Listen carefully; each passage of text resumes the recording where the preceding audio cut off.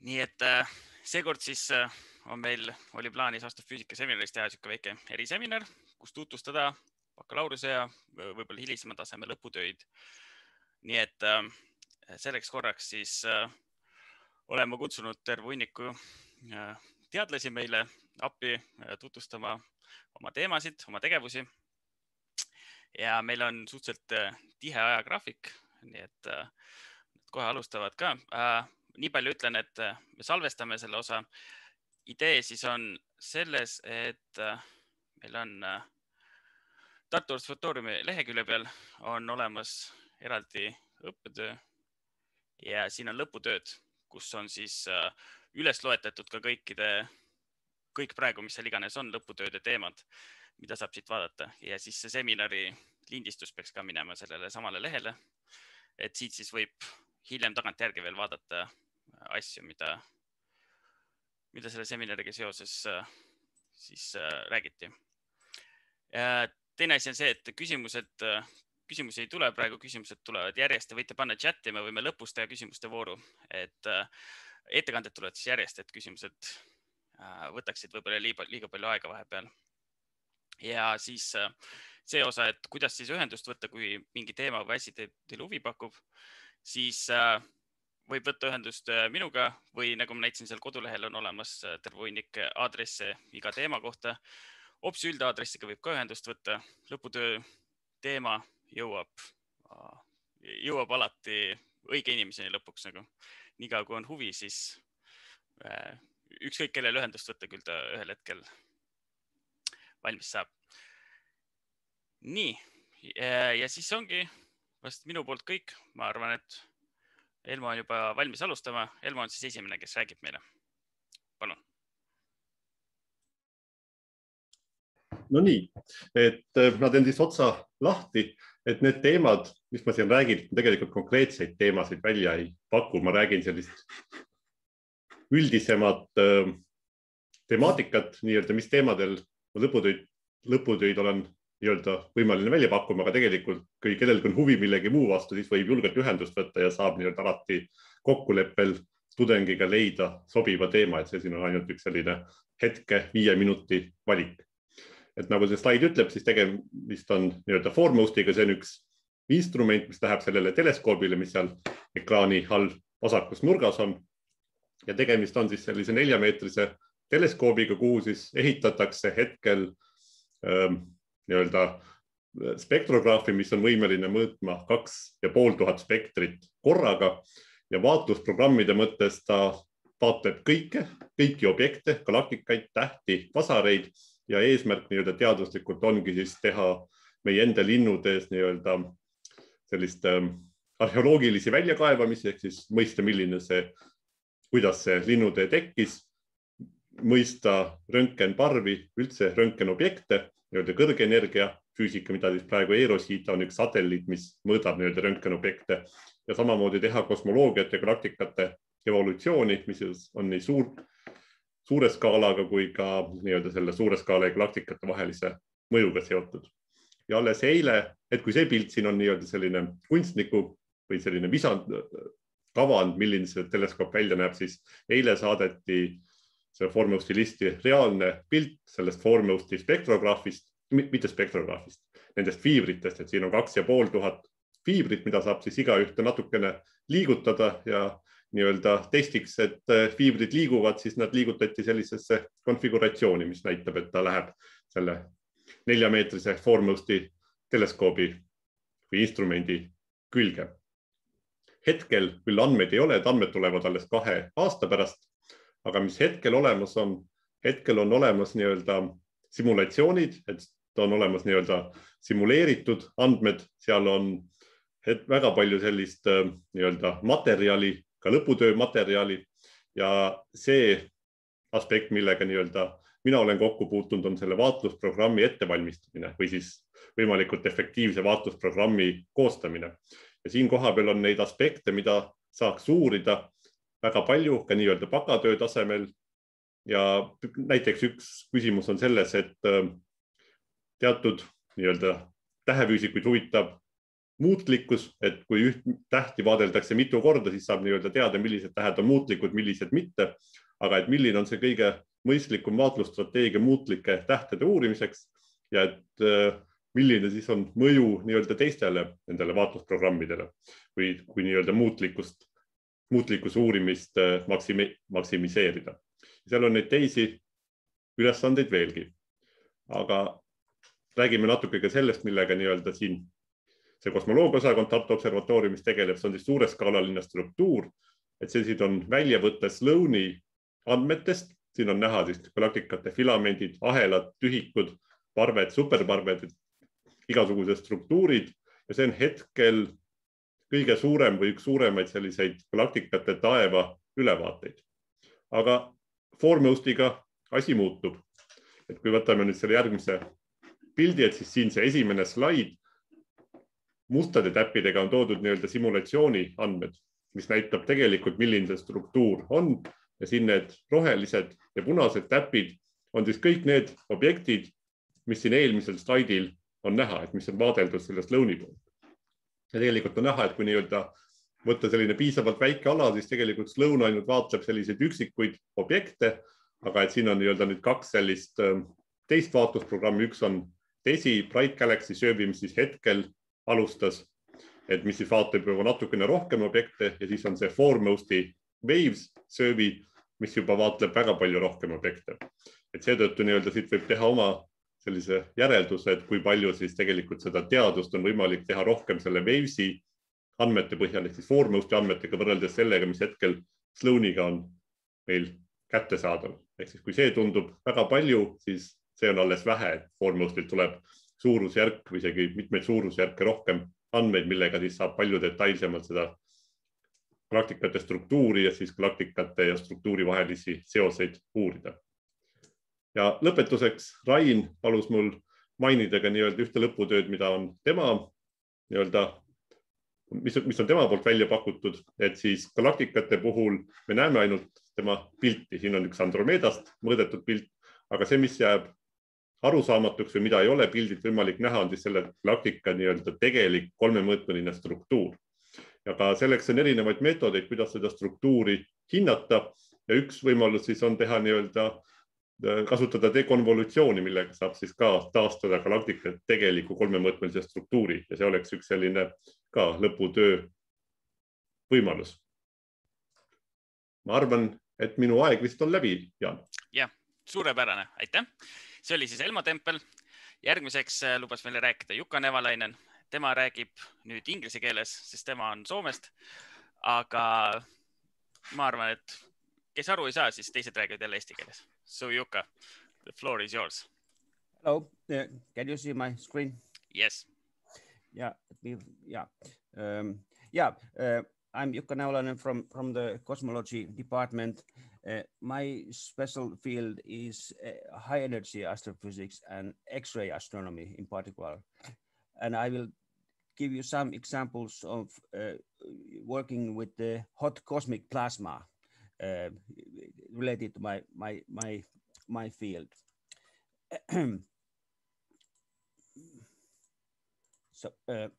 So Elmo talked briefly about this cosmic web, how galaxies form this filaments, the filamentary structure in the universe. What you are seeing here is a piece of simulated universe that we are currently working with, Tony, my student. These dots here show simulated galaxies in the universe, so this is how it would look when you look at it in optical, the visual wavelengths.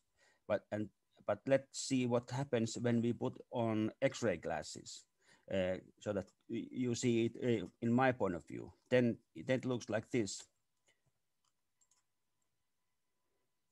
In addition to these galaxies, now you see this white-orange thing here. This is the density of this hot plasma in these filaments, which is collocated with these galaxies here. So this is so hot, million Kelvin gas that it's sending X-rays. And and the fact by eye we see that these galaxies and these hot gas, they are quite nicely, they fill the same volumes, the filaments, but we never quantified this, and this would be your job to prove mathematically that these galaxies and this hot gas, that they are specially correlated. We think that happens because underlying dark matter is binding them both. Dark matter is heating the gas to 1,000,000 Kelvin, and it also the high density of dark matter makes these galaxies to be born here. So your job would be to apply proper statistics to the galaxy distribution and to the hot gas particle distribution to derive the correlation, to evaluate the correlation between these two. So so this would be sort of proof of this dark matter scenario. So this is a kind of, if you are inclined to statistical analysis, this would be job for you.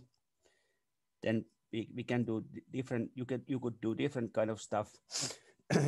This is the density profile of this hot plasma that Tony did. In x-axis, you see the distance from the filament spine. In y-axis, you see the density of this gas. Look at these pink bars here. So the density is high in the center, and it decreases when we go further from the filament. And we model it with analytical function. We know how this gas behaves. Now your job would be to do the same, but for dark matter, to derive the dark matter density profile.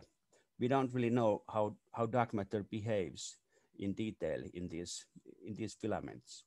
This way, you could derive the dark matter behavior, and then the interesting thing is to compare with how it behaves compared to the gas, because gas and dark matter, they are very different things. So I would expect that they are not one-to-one, but for example, I think dark matter might be more centrally concentrated. By deriving the dark matter profile, comparing with dark matter, we could understand how these things work in filaments. That's it. Thank you, Jukka. Nii et see oli Jukka Nevalaine. Järgmiseks on meil siis välja pakkuda Anti Tamm.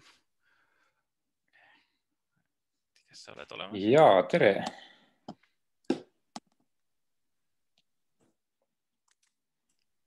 Jah, Anti, palun.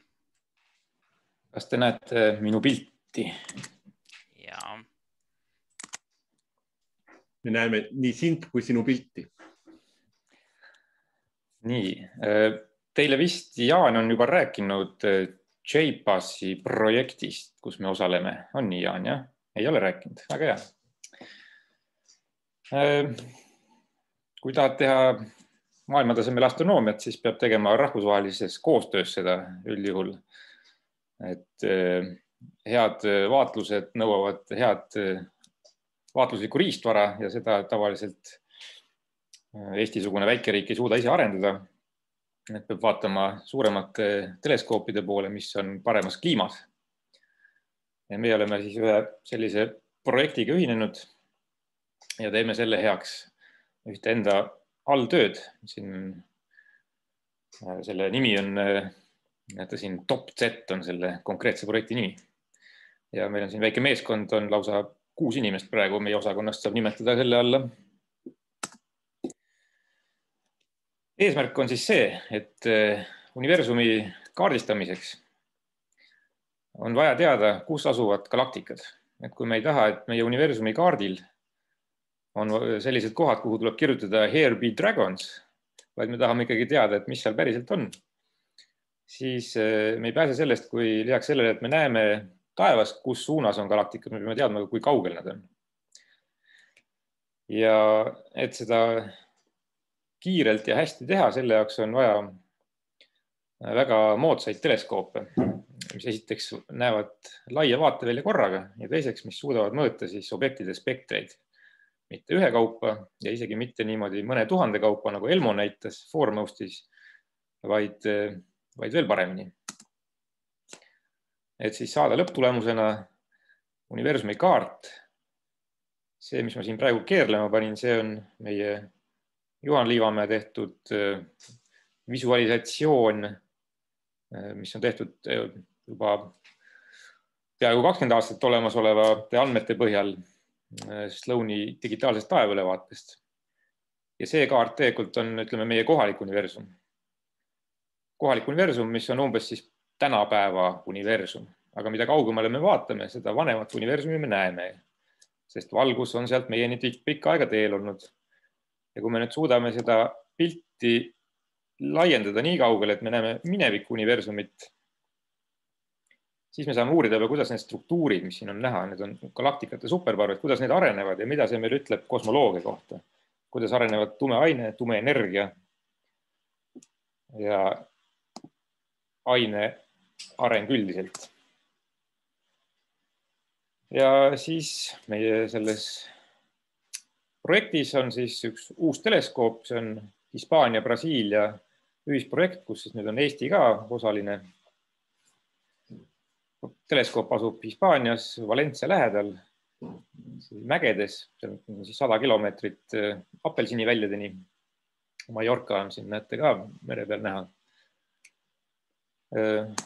Teleskoop on veel selline, tema peapeegli läbimõõt on 2,5 meetrit, nii et selline suurem kui Tõravere teleskoobid, aga mitte midagi röögatut.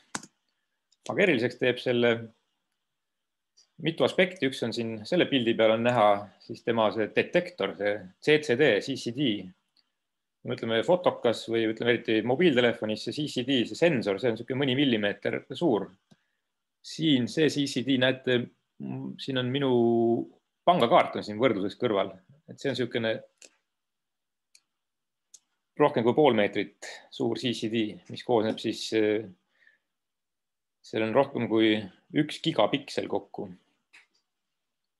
Nii et see võimaldab siis suurt ja detailset vaatevälja. Ja esimesed vaatlused näitasid, et edasiminek võrreldes varasemate vaatlustega, siin on siis paremal pool on pilt, mis on tehtud Sloani taevaülevaate teleskoobiga ja vasakul on selle JPAS-i teleskoobiga. Nii et see detailsuse paranemine on väga märgatav. Ja teine väga oluline asi, et vaatlusi ei tehta mitte läbi 1, 2 või 3 filtri, et punane, roheline ja sinine valgus, vaid lausa 60 erinevat filtrit. Siin on näha lainepikkuste skaalas, kuidas need filtrid läbilaskused paistaksid. Siin on ilusti vikerkaare värvidesse nad värvitud.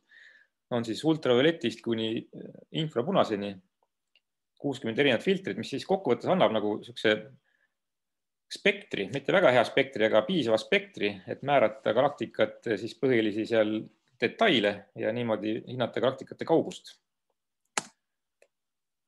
Veel üks tehnilisem pilt, et siin on siis galaktikate spektrid, vaatame ülemist joonist, siin on ühe sinise galaktika spekter ja ühe punase galaktika spekter. Vahepeal on väiksed taustahelid.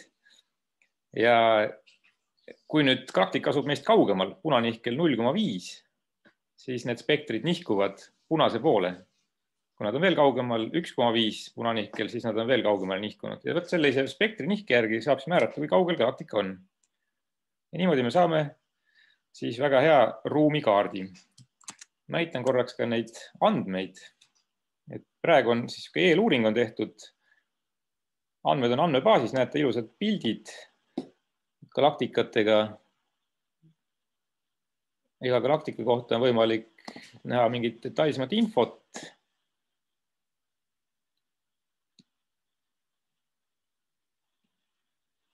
Näeme, kuidas siis seesama galaktika spekter nüüd vaadatuna JPAS-i poolt välja näeb.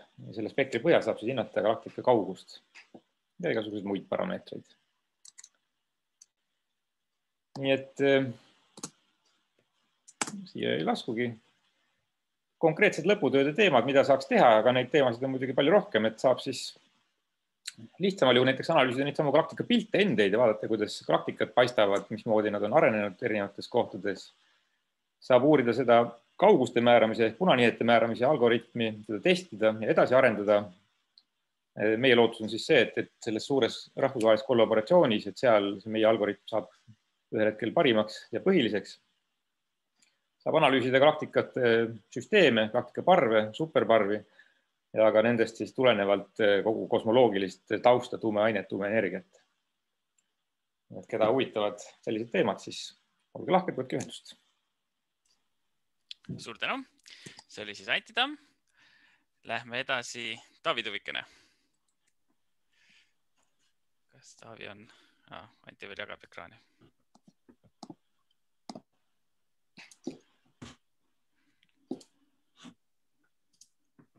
Nii, tere kõigile.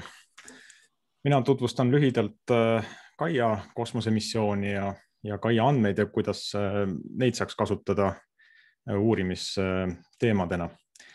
Et kõigepealt Gaia kosmosemissioon, see on Euroopa Kosmoseagentuuri missioon, et kaardistada meie linnutee galaktikat peamiselt, et teha sellest kolmemõõtmeline mudel. Siin on kujutatud siis seda kosmoseaparaati ja see kosmoseaparaat tegutseb juba 7 aastat sellises kohas, mida nimetatakse Lagrange'i teiseks punktiks. See on siis, kui siin pildi vasakus servas on kujutatud päike, päikesest maani on 150 miljonit kilomeetrit ja siis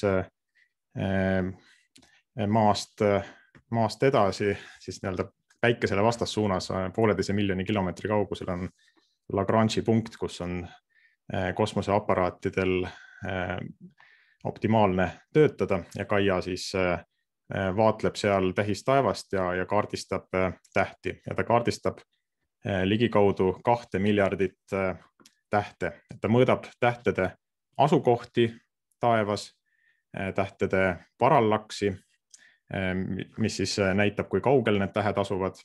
Ta mõõdab tähtede oma liikumisi, mis näitab, kuidas tähed liiguvad siis vaatekiirega risti nagu taevatasandis. Ta mõõdab ka radiaalkiirusi, mitte küll kõigile 2 miljardile tähele, mida ta näeb, kuna radiaalkiiruste jaoks on vaja tähtede spektreid ja neid ta saab umbes 100 miljoni tähe jaoks. Ja ta mõõdab ka tähtede heledusi ja siin pildil on siis kujutatud meie linnutee galaktikat pealtvaates.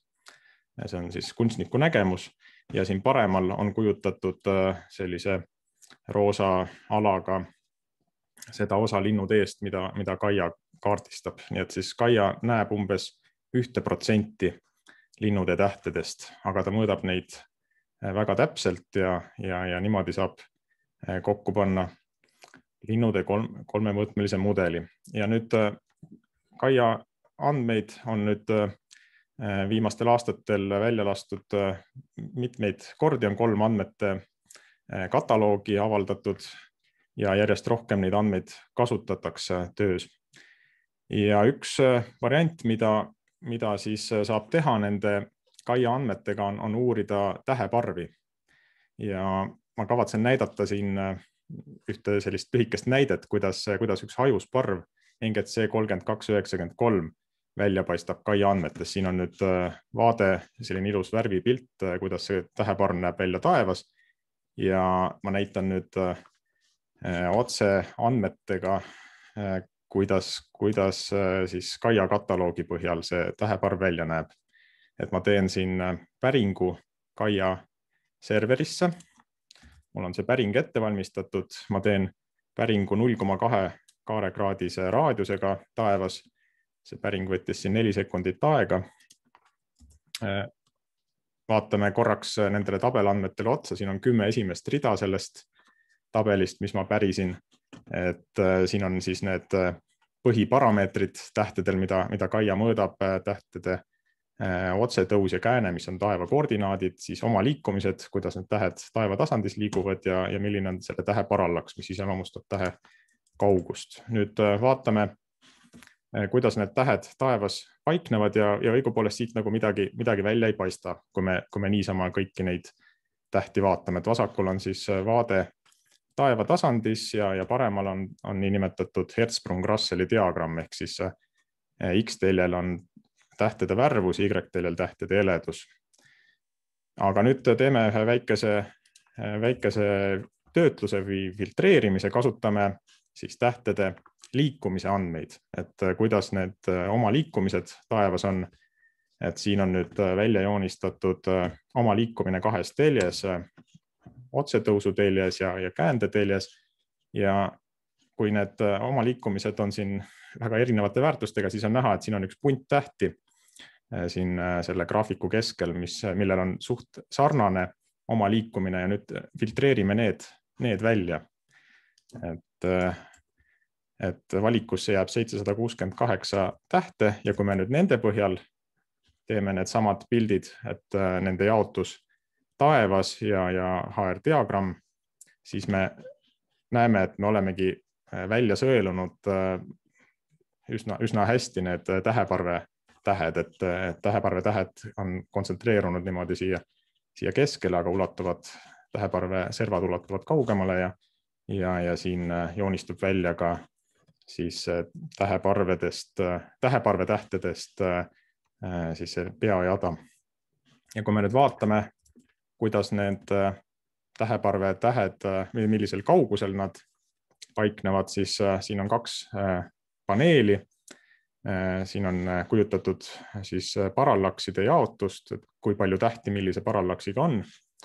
Ja kui ülemisel graafikul, ülemisel paneelil on kõik need selle taevapiirkonna tähed ja näeme, et parallakse on siin väga erinevaid, siis need välja valitud tähed on koondunud kõik nagu kitsasse vahemikku, neil on üks kindel parallaksi väärtus ja see ongi selle täheparve parallaks ja me saame siit kätte selle täheparve kauguse. Et see hinnang on siis umbes 2700 parsekit, et see on siis näide sellest, kuidas Gaia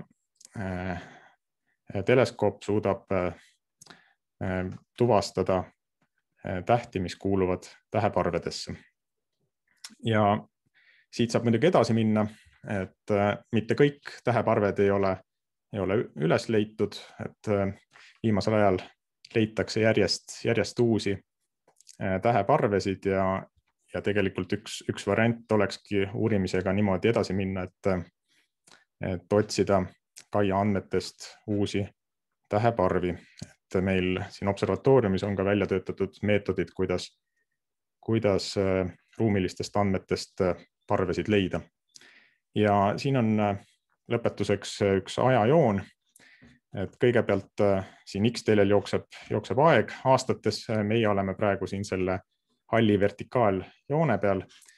Gaia missioon algas 2014. aasta keskel, põhimissioon on siin selle tumesinisega, see sai läbi 2019 ja praegu on siis pikendatud seda edasi kuni 2022. aasta lõpuni ja loodetavasti kestab Gaia missioon veel 2025. aastani. Ja me näeme, siin on erinevad andmete väljalasked, et on olnud 3 andmete väljalaset praegu, viimane on siis see vasakpoolne roheline tärn siin on siis see Gaia varajane DR3 väljalase, mida saab kasutada ja aasta pärast umbes on oodata täielikku Gaia DR3, mis on siis Gaia esimese 3 aasta põhjal kokku pandud. Et see näitab, et tegelikult praegu on ideaalne aeg, et hakata Gaia andmete põhjal tegema mingit uurimustööd ja umbes aasta pärast on võimalik hakata kasutama Gaia DR3 andmeid, nii et kui lõpetamine jääb umbes 2 aasta kaugusele, siis aasta pärast saab juba suurepäraseid andmeid kasutada. Ja edasi magistri- ja doktoriõppes saab kasutada juba järgmisi Gaia andmete väljalaskeid. Aitäh, Taavi! Nii, järgmiseks on meil Maret Einasto.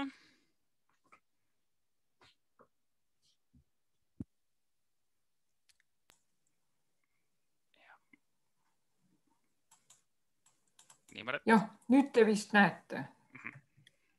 Nüüd näeme, aitäh. Üks hetk.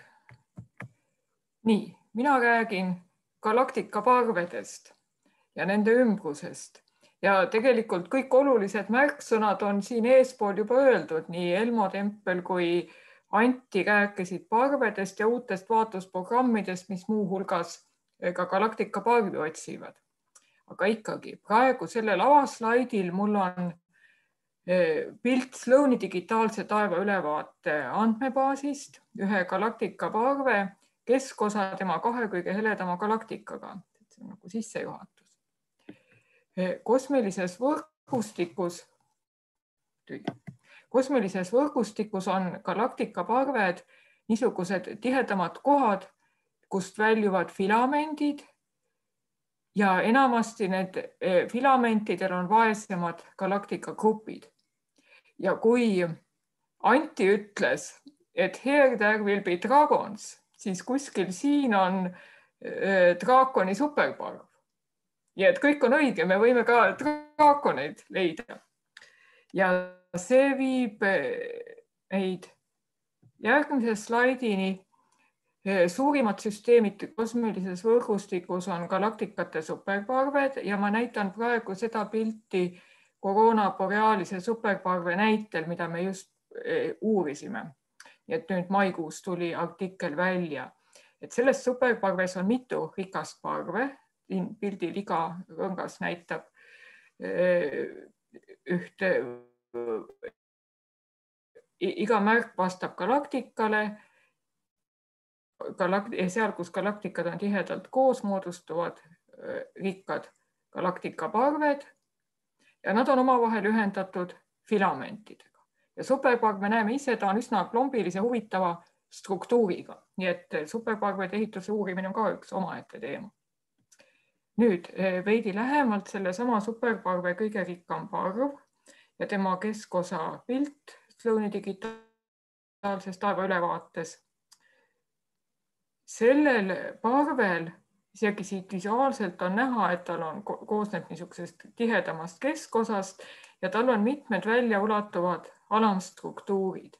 Ja need alamstruktuurid on seotud parve kokkujooksvate filamentidega ja samuti siin parve lähedal on gruppe, mis kõik arvatavasti parve kukuvad. See tähendab, et nende alamstruktuuride uurimine annab meile info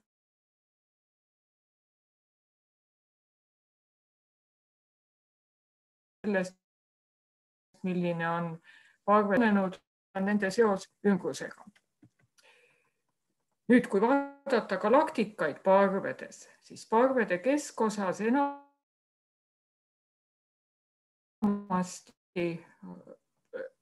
me leia, kus on tähetekke ammu juba lõppenud. Ja parve äärealal on pigem tähetekkega spiraalsed galaktika. Aga siin ma toon niisuguse huvitava näite sellest samast Corona Borealise superparvest, kus meil on üks rikas parv, tema lähedal on teine parv ja arvatavasti on need parved praegu liitumas, sest neid ühendab niisugune galaktikate ahel, mis praegu meie kataloogi järgi kuulub sellele parvele, aga siin keset parve läheb läbi tähetekke ja galaktikate rida. Ja meie oletus on selline, et tegemist siin ei ole mitte ühe parvega, vaid kahe liituva parvega, mis siis omakorda on ühinemas selle parvega, mis näitab ka seda, et kui me uurime parvi ja galaktikaid koos, siis me saame lisainfot nii galaktikate kohta ja selle kohta, kuidas galaktikad parves võivad muutuda, aga ka parvede endi kohta. Nüüd, kõige tähtsamad galaktikad teatavasti, kõige tähtsam galaktika on meie oma Linnutee galaktika, aga muidu kõige tähtsamad galaktikad on parvede peagalaktikad ja siin ma näitan uuesti ühe galaktikaparve peagalaktikat, tema kõige heledam galaktika ja heleduselt teine galaktika. Ja arvatakse, et parvede peagalaktikad on tekkinud paljude galaktikate liitumise teel, võib-olla hakanud moodustuma juba koos parvega väga ammu ja parvede peagalaktikad on kõige heledamad galaktikad üleüldse ja gruppide peagalaktikad on palju nõrgem, aga siin on huvitav, kui te näete juba silma järgi tundub, et need kaks heledat galaktikat, et nad on umbes ühesugused, väga sarnaste omadustega, aga tegelikult vaatlused näitavad, et heleduselt teine galaktika on sellesse parve hiljuti kukkunud. Ja on veel hiljuti olnud vaese grupi peagalaktika, aga kuidas saab vaesel grupil olla nii hele peagalaktika, et ta on peaaegu võrreldav selle parve peagalaktika. See näitab, et on väga huvitav, üks huvitav suund on parvede ja gruppide ja parvede peagalaktikate uurimine. Siis veel. Aeg saab otsa. Olgu, simulatsioonidest hiljuti ennustati, et on olemas 2 tüüpi parvi. Ühed, mis on ammu moodustunud, mis on sellised suht kompaktsed mille ümber on vähe filamente. Ja teised parved, kus on palju alamstruktuure ja mis on alles moodustumas. Ja seda me saame ka testida oma tööde põhjal. Ja siis see kõige viimane slaid, mis ma tahtsin näidata, et senimaani mul olid kõik näited toodud Sloani digitaalse taeva ülevaate kohta, aga see pilt on siin JPAS-i esialgse valimi, mini JPAS-i valimi andmete põhjal leitud kõige heledam parv natuke suurematel punanihetel. Nii et me saame uurida, kasutades mitmesuguseid andmeid, ka parvi nii lähiruumis kui kaugemal. Aitäh! Nii, see oli Maret Einasto. Nüüd edasi on Krista Allikes. Kui meil oli kosmoloogia ja galaktikate füüsika osakonnast eelnevad ettekandjad, siis nüüd läheme üle kaugseire osakonna peale.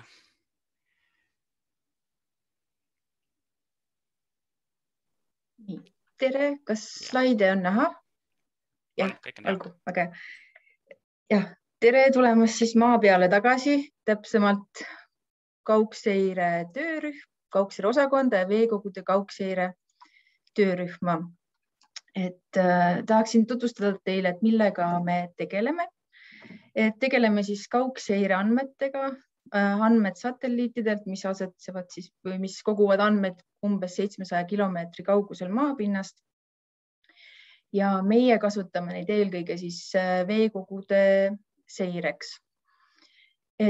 Meie teadustöö põhisuunad on siin, et me tegeleme siis kaugseire algoritmide testimise ja arendamisega.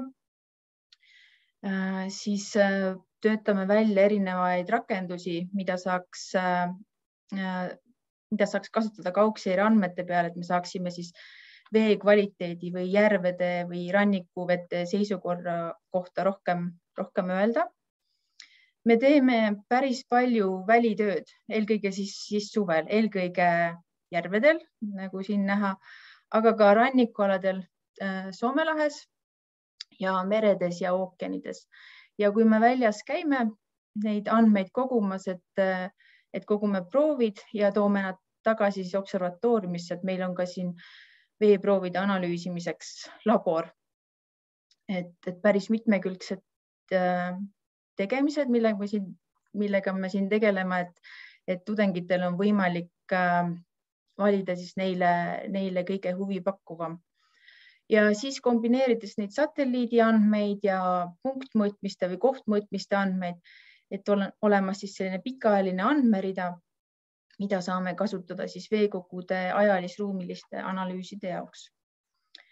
Ja kui teil on huvi kaugseire vastu, et siis meil on ka 2 kursust, keskkonnakaugseire 1 ja andmeteadus kaugseires.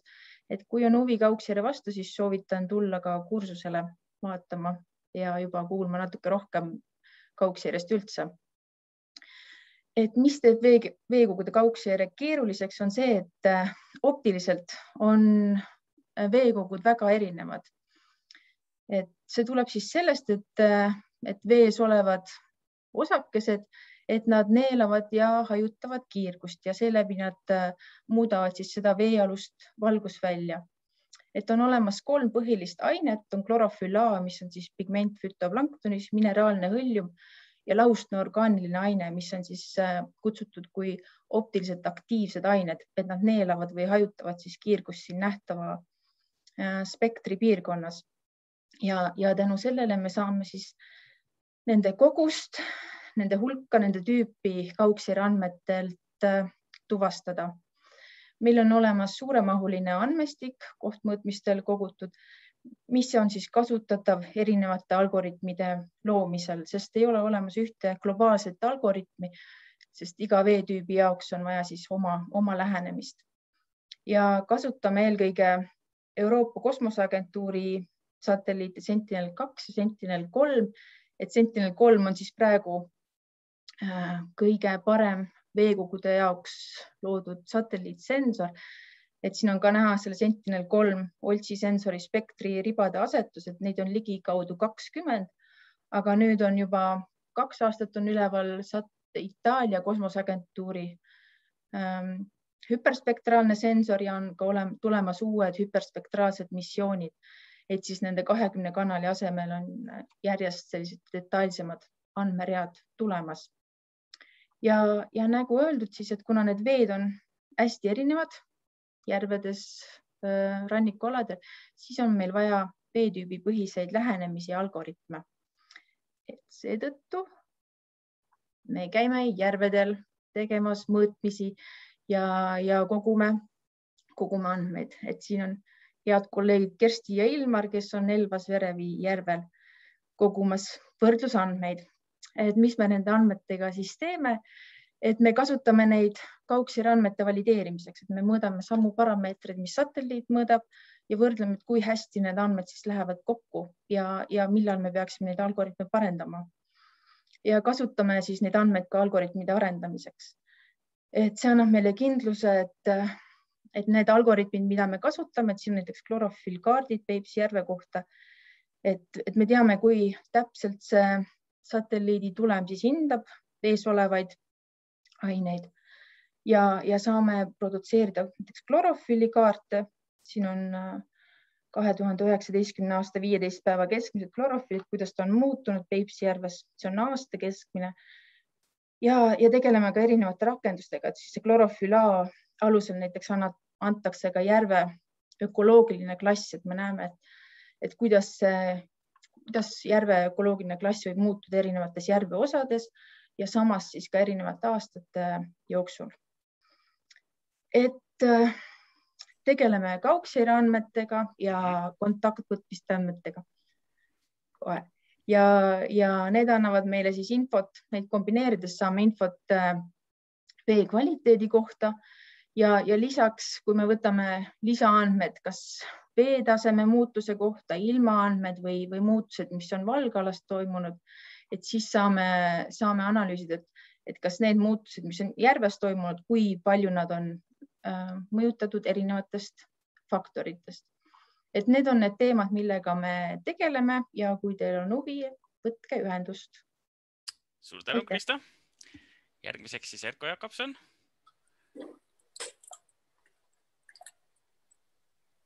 Nii.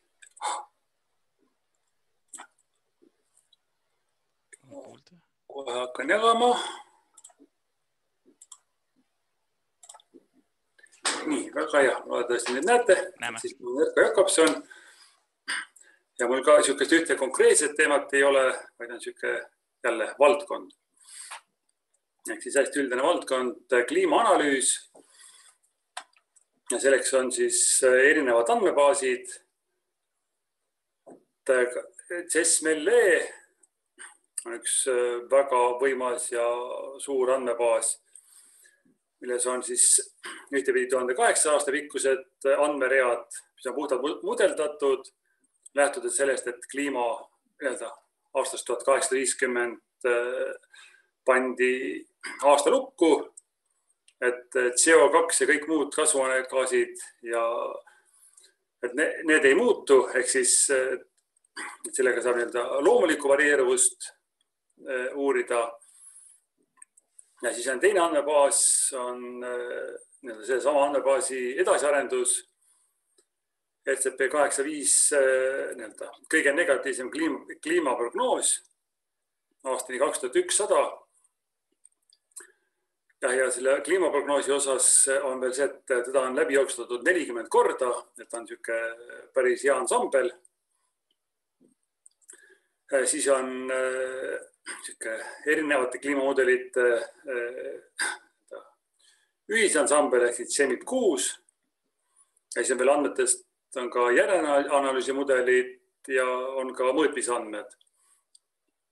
Et neid andmeid kasutades siis saab uurida erinevaid kliimaparameetreid.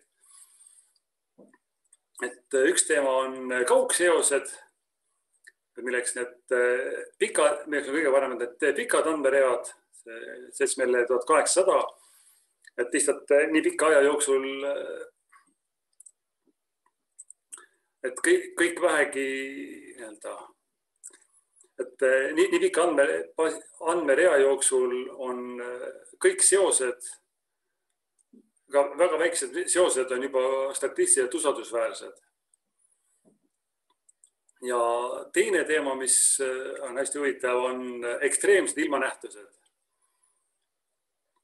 Näiteks, et kui tihti tuleb põudasid, kui tihti esineb mingisuguseid väga suuri külmasid või väga suuri kuumaperioode. Ja selleks on kõige huvitavam, ongi just need, kõige parem saab analüüsida nende prognooside ansamblite põhjal, sest kui tõesti, et kuidas uurida sündmusi, mis juhtuvadki mõned korrad sajandis, et siis selle pealt statistikat on päris raske teha, aga kui neid asju, et see 40 ansambli liiget, see võimaldab siis saada põhimõtteliselt 40 korda rohkem andmeid ja sealt on juba lootust mingit statistikat teha. Aga jah, täpsemalt, et kui kedagi huvitab kliima, et siis on kõige lihtsam minuga otse ühendust võtta ja siis ma saan rääkida, et mis variandid ja mis võimalused üldse olemas on. Nüüd hästi natuke näitan ka teist slaidi. No, ma saan, õppisin ka pildi suuremaks teha. Et siis Margit Taun ei saanud täna osaleda, aga siis ma näitan ka tema slaidi. Ehk tema pakub teemat atmosfääri seire satelliitidelt. Ja eesmärk on siis analüüsida Sentinel-5B satelliidi andmeid. Satelliit on aastat 2017 üleval ja temaga saab mõõdab päris mitmeid gaase ja muid parameetreid. Ja üks konkreetne teema on andmete valideerimine maapealsete mõõtmistega. Aga jällegi, et kui on muid huvisid, et siis kindlasti on Margit ka nõus teemaga mängima. Nii, ja see oligi minu poolt kõik. Aitäh! Aitäh, Erko! Nii, järgmiseks on Mihkel Kaha.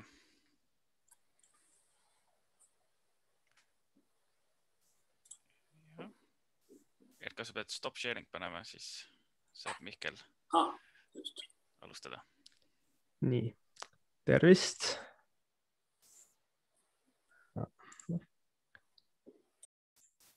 Nii, kas on näha? On näha. Väga hea. Tervist, mina olen siis Mihkel.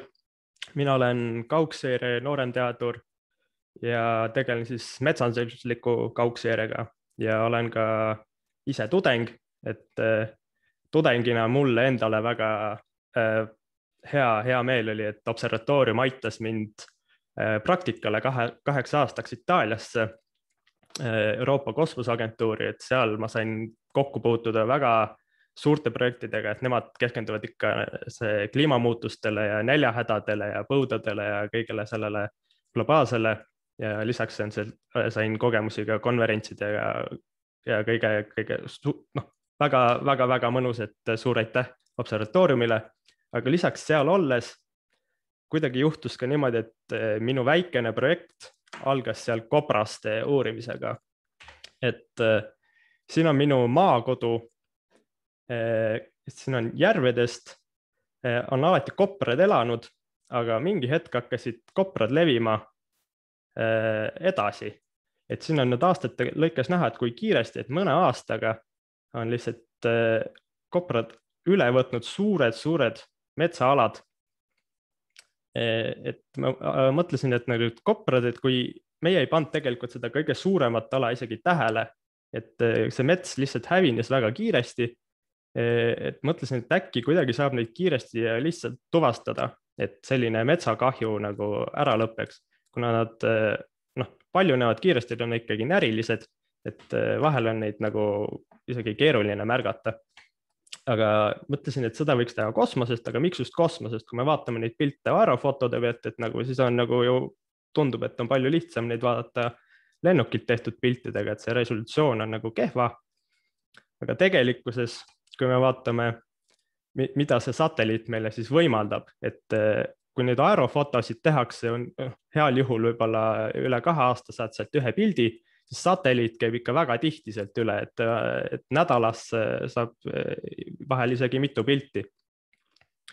Ja lisaks ei ole ainult nagu roheline, sinine, punane valgus seal, et meil on lisaks ka palju infrapunavalgusi ja neid valguse vahemikke on päris mitu, et näiteks see pilt siin on sellest samast koprametsast, et seal on meil siis, see on nüüd NDVI, see on nüüd NDVI pilt, kus on ka kasutatud siis infrapunakanalit selle pildi tegemiseks ja siit on kohe näha, kuidas see koprala nagu paistab nii selgelt välja, et kui me vaatame siit niisama, siis ta nagu sulandub tegelikult selle loodusega suht hästi kokku, et nagu aru saada, et seal on nagu kobras, lihtsalt tavavalgusega pildist ei saagi aru, aga siit see infrapunavalgus nagu aitab meid nagu väga palju. Lisaks on satelliidi eelis veel see, et hästi suur ala korraga pildistatakse ülesse. Et see lendab kõrgelt ja nagu palju asju saab korraga vaadata ja lisaks pildid on nagu kvaliteetsed, et neid saab omavahel võrrelda ja erineval ajal tehtud erinevad pildid, et need saab omavahel väga hästi kokku panna ja saab teha nagu suure andmepaki nendest kokku. Et siin on siis minu üks eeluuring, kuidas siis iga väikene täpp siin kaardi peal on siis minu tuvastatud koprala, mida ma tegin siis masinõppe algoritmidega. Et mina lihtsalt näitasin neile ainult mõned üksikud kopralad ette, mida siis otsida ja masin ise siis leidis kogu selle pildi pealt nii palju kopralasid. Ja sellest on ka välja kasvanud siis üks KIK-i rahastatud projekt, mida ma praegu hetkel teen, kus ma siis üle Eesti tuvastan metsas koprakahjustusi ja see on ka siis suur osa minu doktoritööst. Et suur aitäh teile! Suur tänu, Mihkel! Nii, nüüd meil on järgmine Mihkel Pajusalu, kes lubas rääkida kosmosetehnoloogia osakonnast. Kui nüüd üks Mihkel lõpetab ekraani jagamise. Jah, Mihkel number 2 on valvel.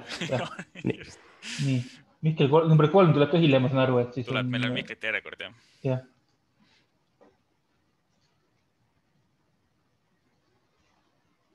Tere!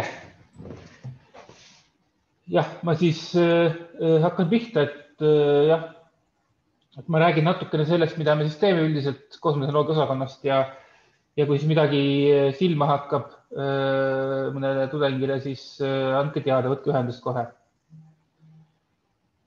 Et jah, et suures pildis me siis proovime nii-öelda kaasa saada oma osakonnas siis sellele praegusele nii-öelda uuele kosmoselainele, ehk siis on praegust tulemas Artemis programm, mis läheb Kuule, missioonid Kuule lähevad järjest odavamaks, huvi kasvab kosmoseressursside vastu. Üldiselt see uue kosmose lähenemine ehk siis asju ehitada odavamalt ja nii-öelda ligipääsu kasvatame kõigile. Lisaks on ka muid huvitavaid arenguid on näiteks siis elu võimalike jälgede tuvastamine Veenusel ja nii edasi. Ja samas ka siis me oleme ka seda ise mõistnud, kui me tahame midagi suurt kosmose ehitada, siis me peame see ilmselt alustama maa peal. Ehk siis, et ka samuti siis arendame välja tehnoloogiaid, mille eesmärk meie jaoks on lõpus kosmosesse jõuda, aga praegu siis esialgu on tellimus maa pealt. Nii. Nüüd siis jah, proovin teha väikse kaardi, kus me siis kaardistan, mida me siis teeme täpsemalt, siis väljapoole sissepoole. Et me uurime näiteks pika perioodi komeete. Need on siis komeedid, mis pärinevad kaugemalt väikesüsteemi välistest aladest või siis äärealadest. Seal siis on meil esimene Eesti süvakosmose instrument OPIC mis on siis kaamera siis komeetide vaatlemiseks. Siis on meil projektid siis asteroidide uurimiseks, on küll nii-öelda kontseptsiooni tasemel praegust, ehk siis, et selline projekt nagu multi-asteroid touring kontseptsioon, kus me oleme artikleid avaldanud mõned. Aga eesmärk on siis korraga palju asteroide vaadata. Ja siis minnes edasi sissepoole Marss, siis me proovime saada ExoMars 2022 missiooni pardale siis ühte kohta nii-öelda, et ligipääs andmetele. Ja siis järgmine kuu, et siis kuu peal siis me on algamas koostööprojekt Kuu-kulguriga Milremiga, Milrem Roboticsiga. Ja sinna siis aasta alguses ka tegime valmis kaamerad koos Crystal Space'iga, mis kuu peale lähevad. Ja siis maa lähiorbiidile on S-Cube 1, mis meil juba saadetud, S-Cube 2 peaks minema startima järgmisel aastal. Ja sinna ehitame veel siis kaameraid vaatluseks ja muid asju toimub maa lähiorbiidil. Siis muidugi maa pinnal on meil põhitegevus, sest sinna lihtsalt seal me kõik oleme ja seal veel kõik ehitus käib. Ja siis selle jaoks me ehitame tööstusrobootikat ja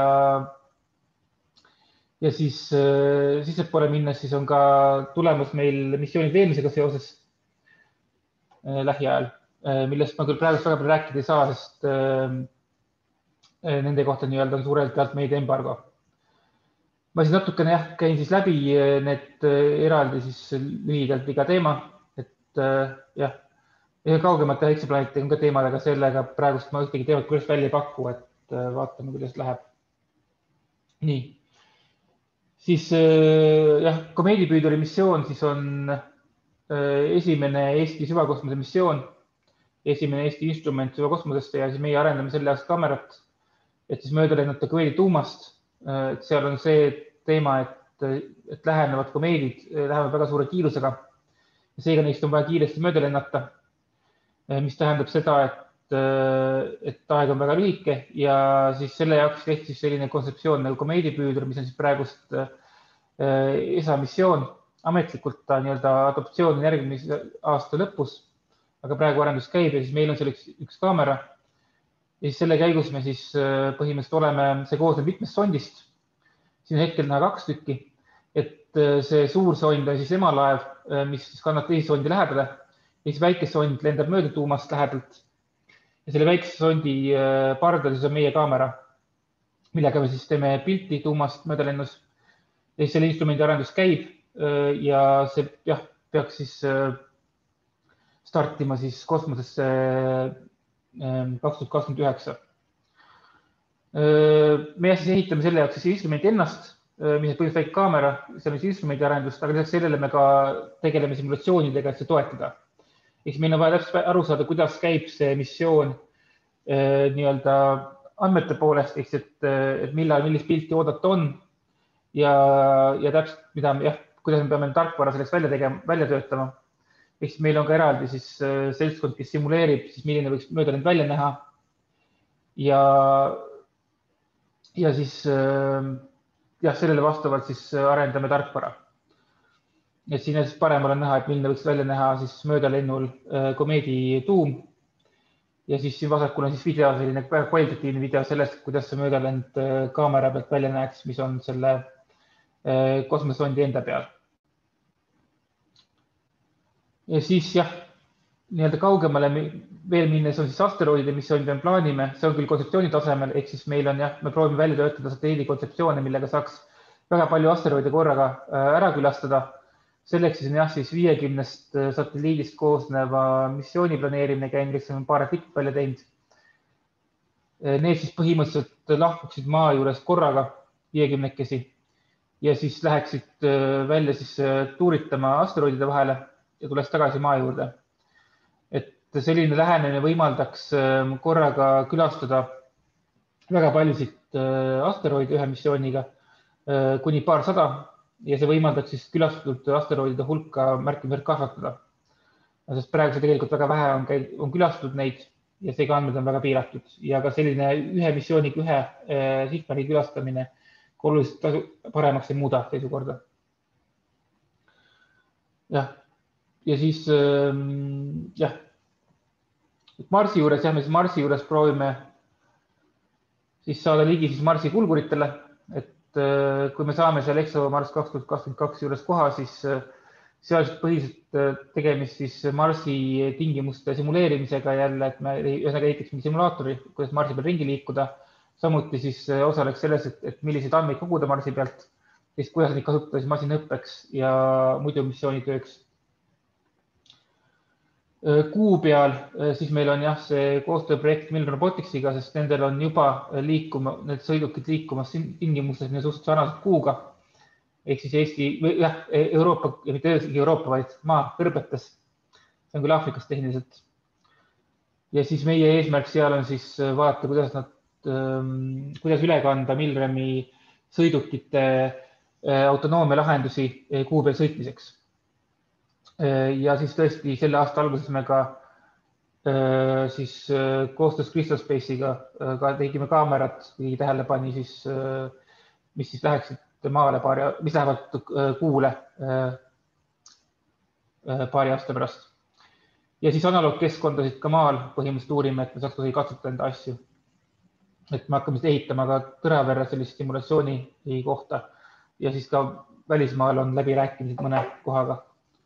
Nii, jah, maa lähiorbiidis on S-Cube 2, mis peaks minema järgmise aasta sügisel ülesse. Seda siis arendame nii-öelda observatooriumis.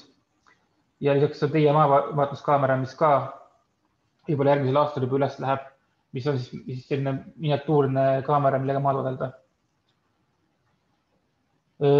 Maa enda peal jah, siis on meil autonoomse robotika arendamine koos Milrem Roboticsiga, et siis me teeme tööstusroboteid, et kõigepealt töötada välja metoodikat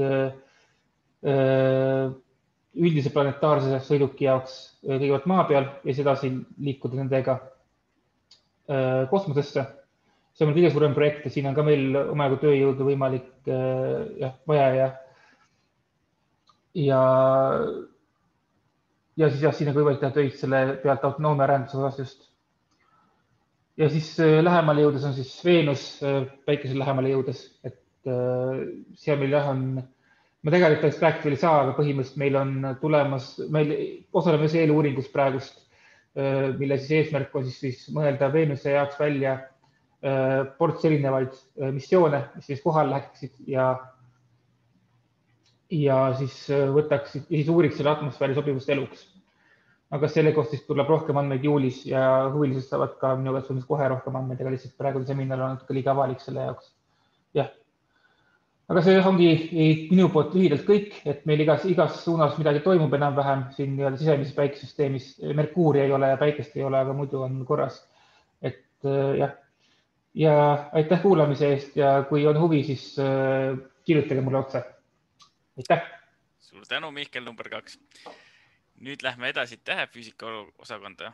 Kas Anna Aret on valmis? Täitsa olen valmis. Kohe saan ekraani ka ära jagatud loodetavasti. Nii, siin ta mul on. Loodetavasti näete te ka seda. Näeme.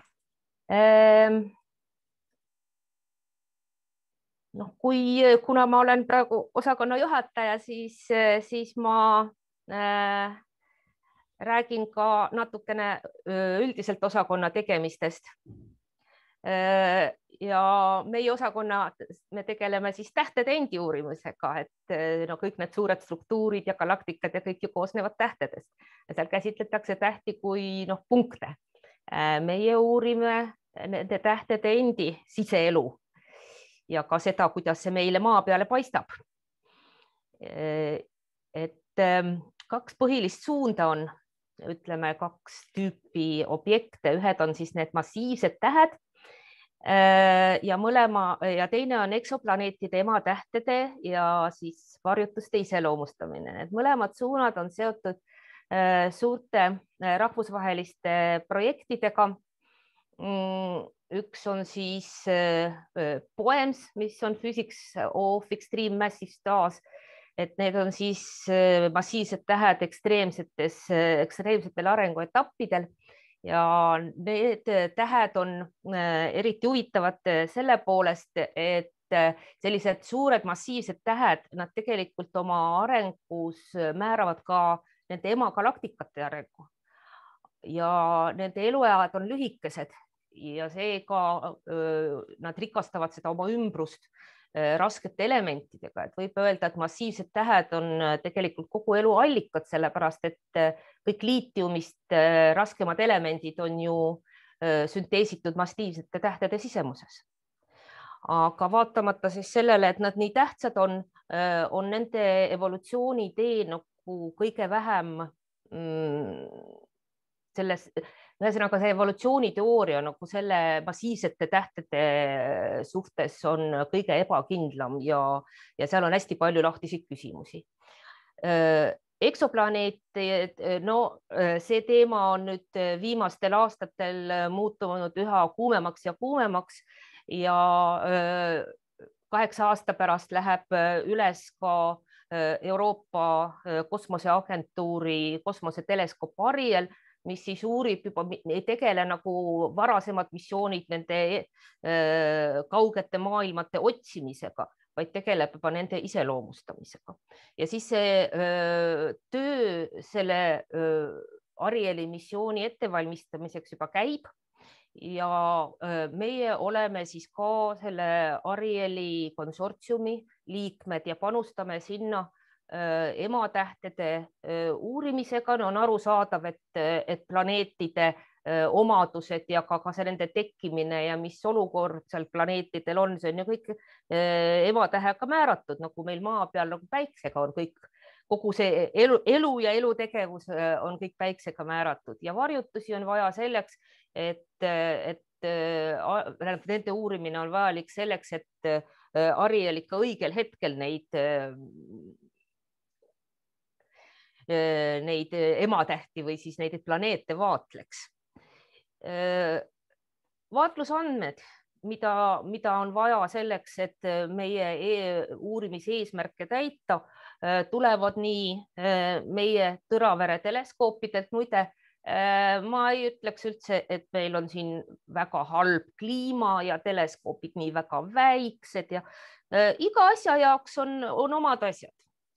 Ja ka nendel väiksematel teleskoopidel on oma tähtis roll teaduses ja meie oleme seetõttu ikka väga hinnatud just selle, tähendab nendes rahvusvahelistes konsortsiumides selle tõttu, et meil on oma vaatlusteks teleskoobid, mida me saame vabalt kasutada.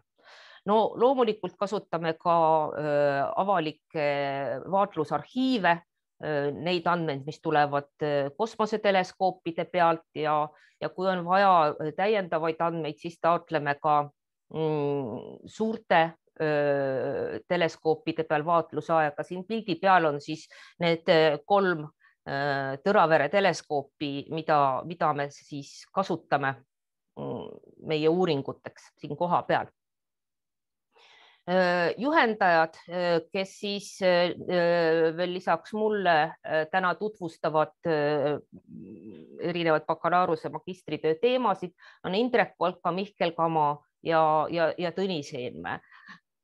Kui Indrek on põhiliselt ka seotud massiivsete tähtede uurimisega nagu minagi, Mihkel eelkõige tegeleb eksoplaneetidega seotud teemadega ja Tõnis on meie vaatluskuru, kes igasuguse vaatluse korral on tema abi alati vajalik.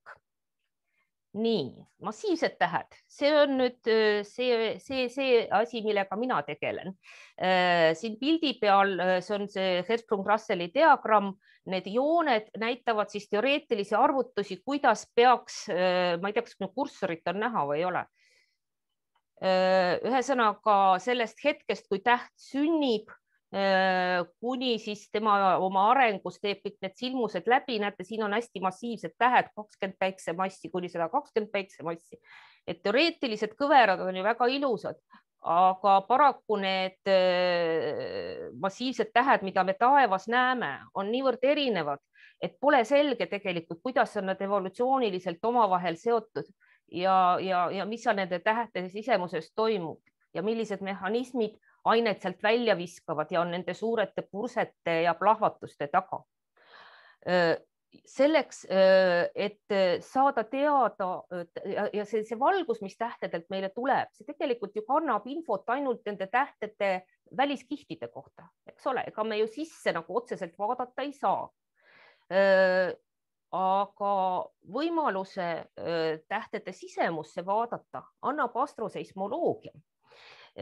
See on nii-öelda selle maa peal tuntud seismoloogia ehk maavärinate uurimise nii-öelda sugulane, kui siis maavärinate kaudu on maa sisemuse struktuur kindlaks tehtud, siis nende nii-öelda tähevärinate või pulsatsioonide kaudu on võimalik teada saada, milline see tähe sisemus on, sellepärast et tähe evolutsiooni ju määrab see, mis seal tähe sees on. Nii et seda on väga vaja selleks, et saaks nende massiivsete tähtede evolutsiooniteooriat edasi viia ja oluliselt parandada. Ja mina konkreetselt pakun siis sellise massiivsete täheklassi nagu sinised ülihiidtähed, nende pulsatsioonide uurimist. Ja see ei ole ainult ühele inimesele võimalik teema. Siin võib kambakesi seda nagu ette võtta selles mõttes, et me alustasime Tõraveres nende siniste ülihiidude monitoorimist juba 2014. aastal ja neid on seal tosinkond. Nii et võite kõik meie juurde tulla, jagame ilusasti sinised ülihiiud omavahel ära ja sõbralikult teeme läbimurde sellel alal. Nii, aitäh, järgmised. Ja nüüd edasi Indrek Kulka. Nii, ma püüan ära lõpetada oma jagamise. Nii, leidsin üles. Indrek, kas sa oled olemas? Nii, kas mind on kuulda? On kuulda. Mu kaamera ei funksi, nii et ma räägin ja näitan mõned slaidid. Et see on üsna... Sa pead enne ekraani jagama. Hakkan kohe jagama, jah.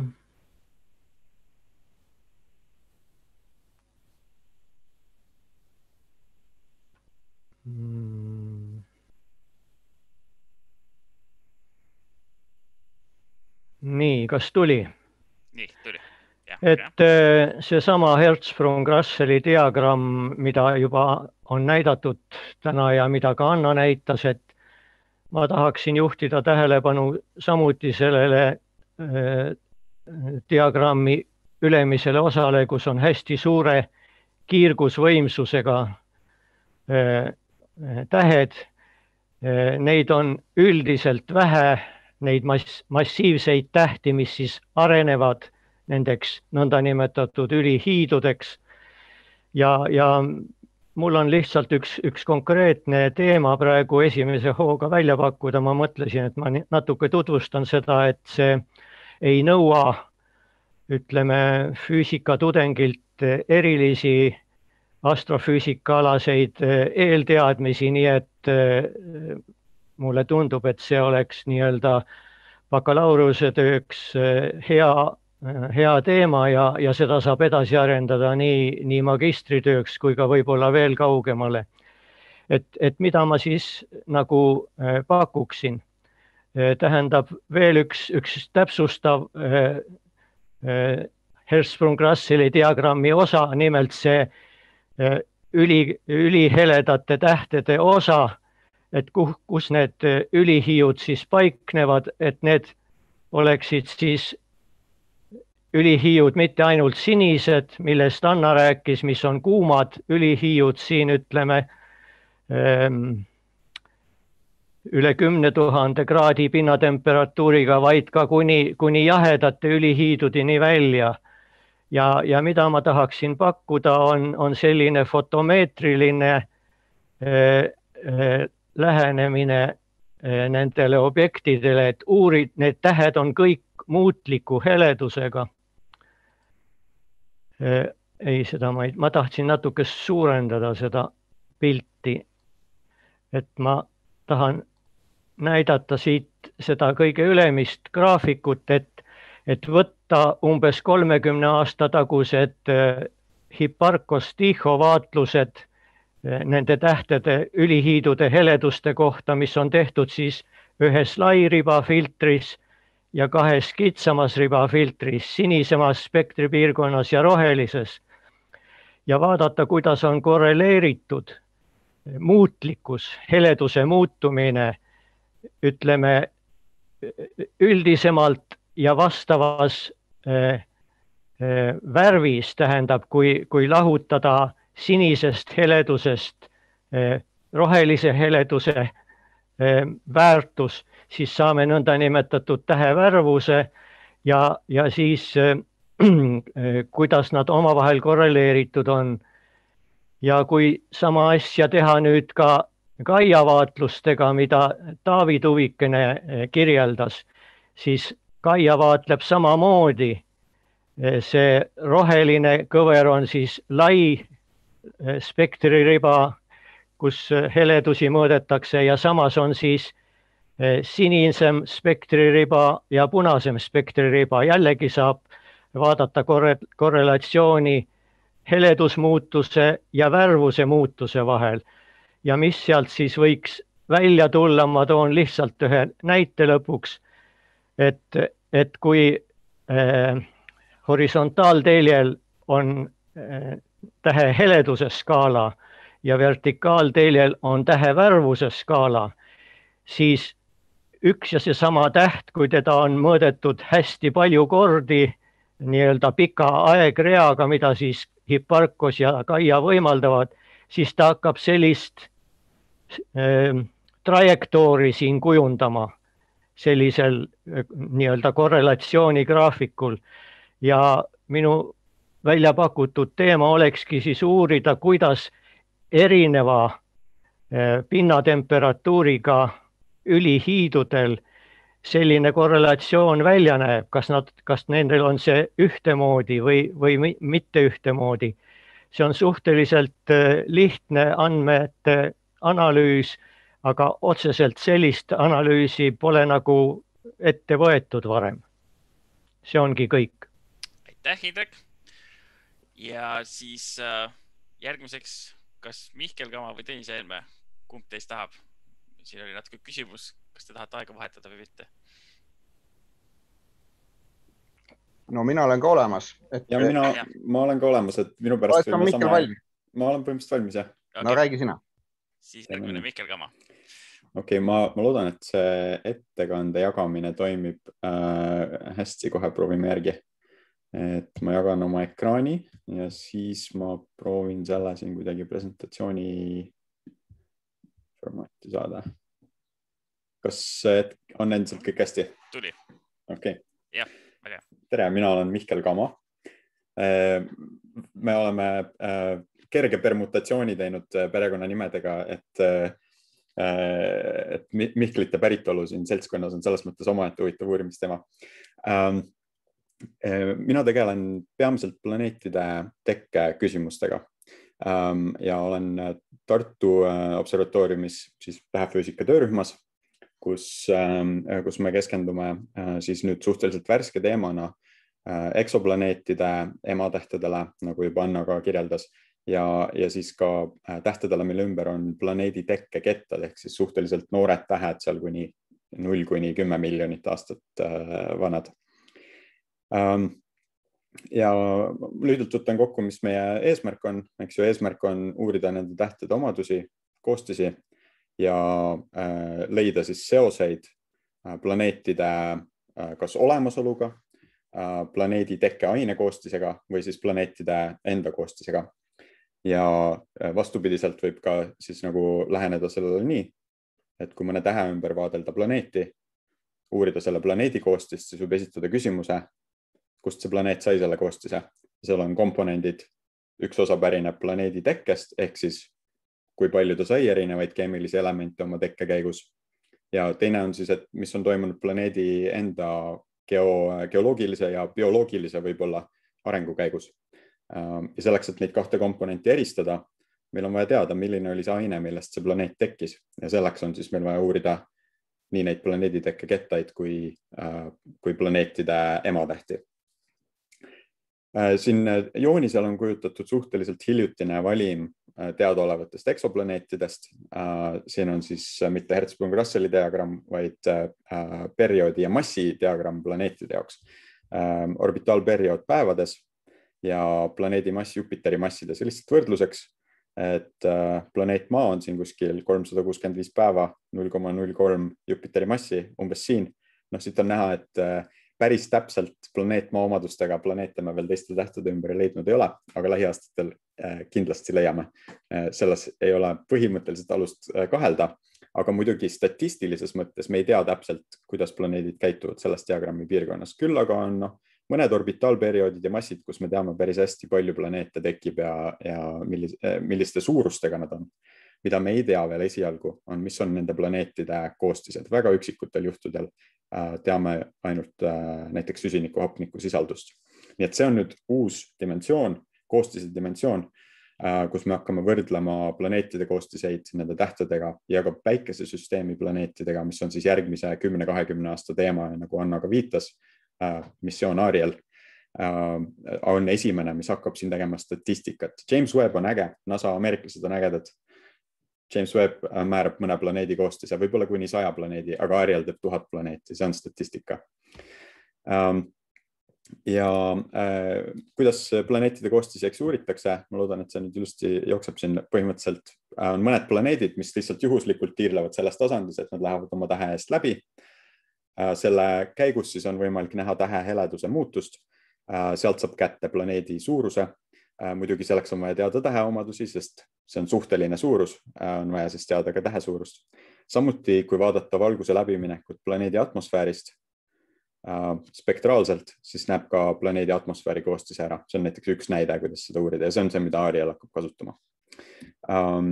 Ariel siis stardib mõne aja pärast, aga nagu Anna ütles, eeltööd juba käivad ja enne kui ma paar näidet toon, ütlen ära, mis teemadega me siis tegeleme selles nagu ettevalmistava teaduse kontekstis. Et üks on siis tähtede spektraalvaatlused. Arieli kontekstis on need planeetide ematähed, mille kohta me tahame teada nende täpseid omadusi, suuruseid, koostisi, et võrrelda neid planeetidega, et teha planeeditekke mudelitega ka ennustusi, millised nende planeetide koostised võiksid olla. Siis omaette nüanss nende tähespektroskoopias on nii-öelda analüüsi uuendused, ma olen siia kirja pannud. No lihtsalt võime tuua ühe näite, et meid väga huvitaks teada, mis on eksoplaneetide ematähtedes selliste elementide nagu väävel või fosfor sisaldus. Need on elemendid, mille lõppkogus planeedil võib potentsiaalselt olla väga oluline geokeemia, atmosfäärikeemia, biokeemia jaoks. Ja need mõõtmised ei ole alati lihtsad, eriti selliste tähtede puhul, mis meile huvi pakuvad, mis kipuvad olema, näiteks meil on varajast tüüpi tähti palju, seal ei ole fosforit ja väävlit lihtne mõõta. See on igasuguseid tundlikkusuuringuid, spektraalse täpsusuuringuid, nii edasi. See on omaette valdkond, millele võib mõelda. Ja kolmas on siis see nii-öelda teadustõlgenduste ala, kus on võimalik projekte teha. Et mis on need küsimused, mida me vastame planeedi tekke vallas või siis ka planeetide hävingu kontekstis. Et seal on, ütleme siis, ei pea keskenduma tingimata vaatlemisele või vaatluste analüüsile. Võib ka mõelda rohkem sellele, et kasutada olemasolevaid tulemusi, andmeid, neid sünteesida kokku selleks, et siis tegeleda juba konkreetsete nagu kõrgema taseme hüpoteeside ja mudelitega. Planeetide hävingu osas selline põnev asi. Meil ei ole veel ühtki näidet sellest, aga me loodame neid leida.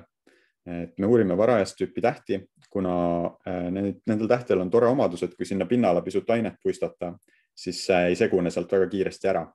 Ja selle tõttu, kui näiteks sellele tähele satub lähedale tema planeet, näiteks kuum Jupiter või mõne ebastabiilsuse tõttu planeet kukub lausa sinna sisse, siis selle tähe pinnal võiks olla potentsiaalselt näha sellelt planeedilt pärineva aine sõrmejälg. Ja see on siis nagu jällegi mingis mõttes selline tagurpidi lähenemine sellele, et siin me ei uuri tähte mitte sellepärast, et saada aimdust, mis alguses planeeti sisse läks, aga me saame otse võib-olla mõõta, kui me leiame sellise olukorra, saame otse mõõta selle planeedi koostise, lihtsalt võttes tähespektri, mis on palju-palju lihtsam, suurusjärke lihtsam kui planeete otse uurida. Nii et selline küsimus siis. Ja ma võib-olla lihtsalt toon ühe näite. Viimane näide. Ja, on siis, mis on muu hulgas planeetide ja tähtede koostise seosed. Siin on X-teljel kujutatud tähtede rauasisaldus ja Y-teljel on erinevate leitud eksoplaneetide mass, Jupiteri massides jällegi. Ja Jupiter siis meil on kuskil siin all jälle ja päikese rauasisaldus on sellel skaalal 0 juures. Ja siin on siis lihtsalt 2 olulist asja. Üks on see, et on terve populatsioon suuri planeete, mis pigem kipuvad olema kõrge rauasisaldusega tähtede ümber. Seal on omaette seosed planeeditekke mudelitega.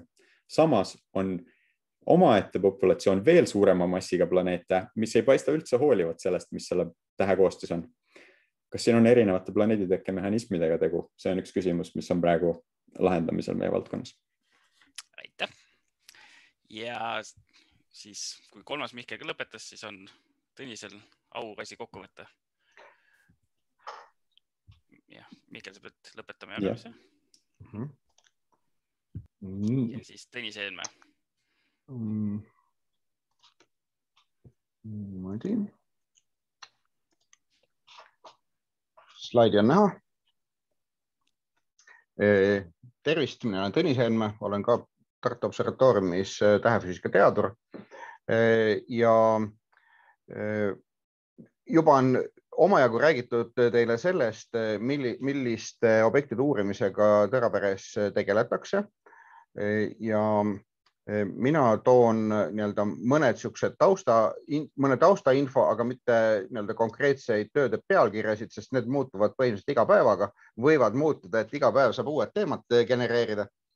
Et millist tüüpi uuringuid me siis teeme ja millele saaks nendes lõputöödes baseeruda juba. Et me oleme teinud nüüd praeguseks natukene üle 1 aasta eksoplaneetide fotomeetrilisi mõõtmisi, kus me mõõdame eksoplaneetide üleminekuid nende ematähtedest, siis tähevarjutusi eksoplaneedi poolt.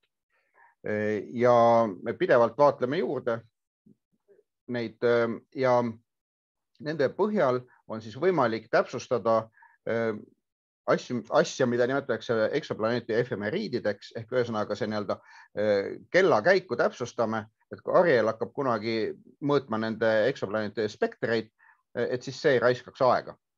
Et see on üks suhteliselt lihtne, aga hädavajalik ülesanne.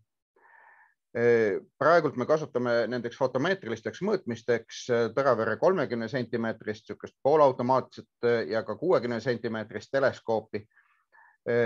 Ja kõigil huvilistel on võimalik ise ka vaadelda nende teleskoopidega, aga saab ka kasutada juba olemasolevaid vaatlusandmeid. Meie kõige suuremale teleskoobile hakatakse ettevalmistamisel uue instrumendi ehitamine, mis lisaks spektroskoopiale ja polarimeetriale võimaldab ka teha väga-väga kõrge signaalmüra suhtega fotomeetrilisi mõõtmisi, mis siis võimaldavad eksoplaneetide heleduskõvereid detailselt uurida. Potentsiaalselt võib-olla isegi näiteks eksokuusid leida, et mis põhjustavad selliseid huvitavaid efekte nendes üleminekute heleduskõverates. Nüüd meil on hästi pikaajaline vaatlusprogramm Tõraveres olnud massiivsete tähtede spektroskoopia monitooring, spektroskoopiline monitooring ja nüüd umbes aastast 2013 oleme mõningatel üksikutel juhtudel ka varem juba, ütleme viimased 20 aastat, oleme teinud fotomeetrilist monitooringut. Ja me kasutame ära oma enamasti kõiki selgeid öid, mis on võimalik, et saada mingisugust arvestatavast hulgast evolutsioneerunud massiivsetest tähtedest üks heleduspunkt ja nende heleduspunktide aegread kõrvutatuna spektritega annavad väga palju lisainfot. Kui lihtsalt spektrile otsa vaata, on vahel suhteliselt raske öelda, et mis siin täpselt toimunud on. Et see on väga oluline täiendav info. ja see on nii-öelda praegult ka otseselt selle rahvusvahelise projekti POEMS nii-öelda üks meie alamtegevusi. Siis meil on ka VLT nimeline teleskoop või see on niisugune võib-olla koodnimetus. See on siis Very Little Telescope, see on 6 sentimeetrise avaga teleskoop, aga sellega me saame mõõta väga heledaid tähti. Ja see on üks asi, mida tänapäeval nii suur üllatus, kui see ka ei ole, professionaalsed astronoomid väga tihti ei tee, sest need palja silmaga nähtavad tähed, millest on samas jälle väga hea ja lihtne spektreid teha. Nad on liiga heledad, et nende heledust mõõta väga täpselt. Ja väga täpselt ma räägin, ütleme 0,5% täpsusega. Ja meil on nii-öelda ka natukene proovivaatlusi juba tehtud, nii et siin on väga erinevaid võimalusi, kuidas teha nii katsevaatlusi kui ka pärisvaatlusi selle instrumendiga. Ja jällegi on päris arvestatavad arhiivid, vaatlusarhiivid, mille põhjal saab juba teha ka mingisugused uurimistöid. Ja siis on kolmas suur teema, et üle ka ümber ei pääse sellest, et astronoomiliste vaatlustega käivad kaasas instrumendid ja tarkvara. Ja meil on loomulikult ka väga erinevaid võimalusi, kuidas kas elektroonikat, mingitel juhtudel ka mehaanikat, aga võib-olla kõige rohkem erinevaid tarkvaraga seotud probleeme lahendada, mis on täiesti piisavad bakalaureuse ja magistritöö tasemele. Et siin on ka natukene välja toodud, millised asjandused võiks olla, et loetelu, aga see kindlasti ei ole mitte mingisugusest otsast vaadates ammendav. Ja seda võib-olla teile räägiti või näidati ka juba mõnel slaidil, et õpiväljundid on loomulikult, et õpite eksperimente tegema, planeerima eksperimente, sest astronoomiline vaatlus on kah eksperiment. Andmetöötluse oskused loomulikult, sest andmeid on palju ja mida aeg edasi, seda rohkem. Tänapäeva astronoomia baseerub väga olulisel määral ka andmekaevel, suurte taevaülevaadete või erinevate kosmosemissioonide, näiteks andmebaasidele õigete küsimuste esitamisel ja loomulikult siis erinevat tüüpi andmete kombineerimisel. Et kõiki neid asju te saate õppida. See oleks minu poolt kõik. Suur tänu, Tõnis. Nii, meil on pikk seminar nüüd läbitud, kell on nüüd läbi, aga asjade ausas mõttes on nüüd küsimuste aeg. Siin on 2 küsimust, mis oli Hanna poolt tõstatatud. Äkki vastaks neile suuliselt ka. Üks küsimus oli Taavi ajal tõstatatud, et mis on Kaia töö põhimõte ja kuidas ta ruumi kaardistab?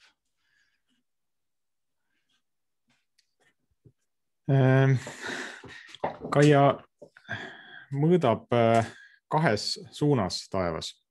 Et tal on 2 teleskoopi, mis vaatavad niimoodi kõõrdi ja ta kogu aeg vaatab 2 suunas ja siis nendest andmetest tuletatakse tähtede omavahelised asendid ja kõigi tähtede asendid tegelikult pannakse paika väga kaugete objektide kvasarite järgi, mis siis selle Kaia tööaja jooksul oma asukohta mitte kuidagi ei muuda.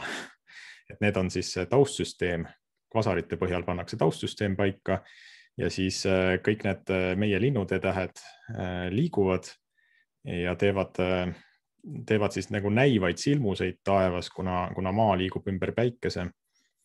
Ja siis nendest silmustest tuletatakse nende tähtede parallaksid ja oma liikumised ja pannakse selline suur pilt kokku. Siis rohkem kui miljardi tähe andmed saavad kõik kokku ühes suures kataloogis. See on midagi, mida on ka varem tehtud, aga mitte nii täpselt kunagi. Ja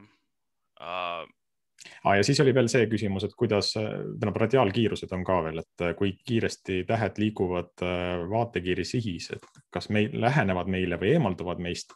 Et Kaia tegelikult mõõdab ka madala lahutusega spektreid või registreerib neid spektreid ja nendest spektritest saab näha siis nende spektrijoonte nihkumist kas sinises või punases suunas ja see annab nende tähtede radiaalkiiruse.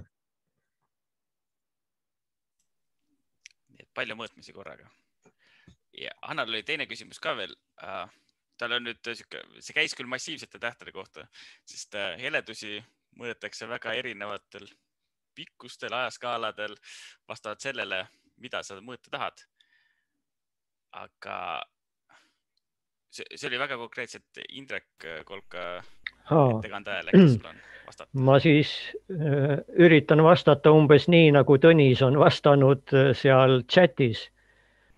Et tõepoolest, et kui eriti kosmosest tehtavad vaatlused on võimalik teha nii-öelda 24/7 ette antud ajasammuga, mis mõnikord võib olla väga tihe.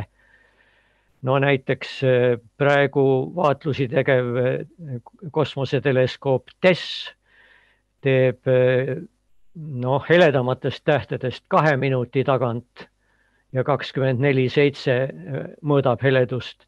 Nii et siis saab väga kõrgeid muutlikkuse sagedusi või teistpidi öeldes väga lühikesi muutlikkuse perioode saab tuvastada. Ja samas muidugi maa pealt see ei oleks nii optimaalne, sest maa atmosfäär segab paljusid või muudab kõrge signaalmüra suhte saamise kaunis küsitavaks. Aga maa pealt saab teha pigem pikemaid aegridasid ja ütleme mitte nii tiheda ajasammuga ja mis puudutab massiivseid tähti, ülihiidusid, mis siin sai nii-öelda näitena välja käidud, siis seal on tõesti mõlemad ajaskaalad tegelikult olulised. Et leidub selliseid protsesse, mille perioodid on võib-olla päevast lühemad, aga samas on protsesse, mille karakteersed ajad on sadades päevades. Ja et see sõltub ka ülesandest, et kui sa uurid tähtede muutlikkust, sa tahad seda ajas teha. Samas jällegi, kui sa tahad väga palju objekte mõõta, nagu siin oli juttu JPassist ja Formustist ja kõikidest, siis sa teed seda võimalikult rohkematele objektidele võimalikult kiiresti. Et see täiesti sõltub sellest, mis see ülesanne on. Nii, näed. Ja nüüd on avaliku mikrofoni voor veel. Kui kellelgi on küsimusi, tulistage.